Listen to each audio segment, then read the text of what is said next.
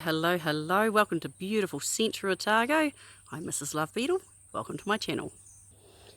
I have harvested my onions. The white onions have not done anything near as good as the red. I'm just so blown away by how awesome these are. The little ones, as I've been finding them, I've been picking them out to put here separately. I'll be dehydrating those for onion powder.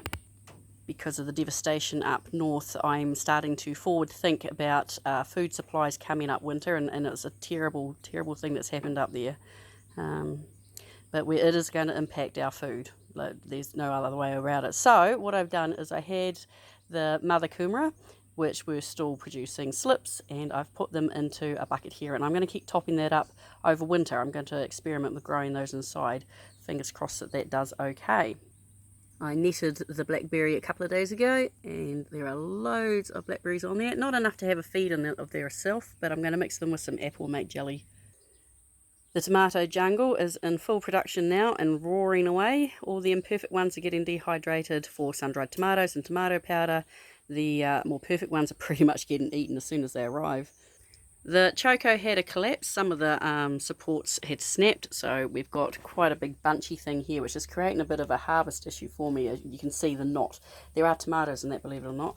I have just put a fresh layer of potting mix down the bottom here, and I have poked the last of the seeds from the New World Little Gardens in here. So it's cabbages and pak choi, with the idea that they will start coming away and be my winter veggies.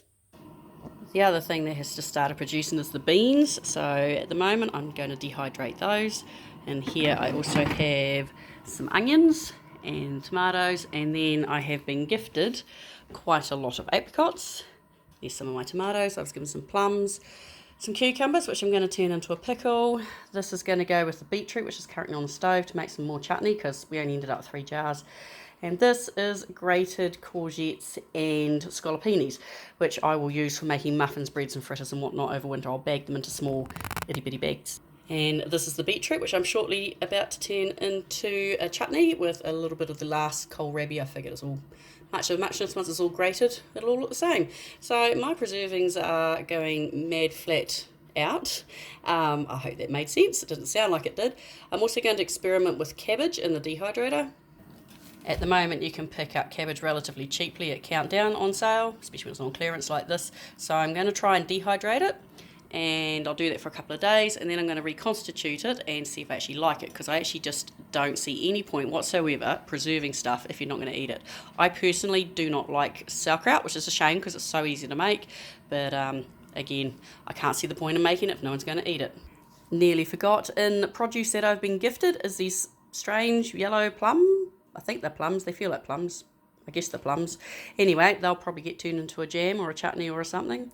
Anywho, that's about it for me. Hope your weekend's been productive. If you're up north, just know that my thoughts and prayers are with you. I wish I could come and help you dig out the silt. Unfortunately, I live too far away. But do take care. And as always, if in doubt, let it sprout.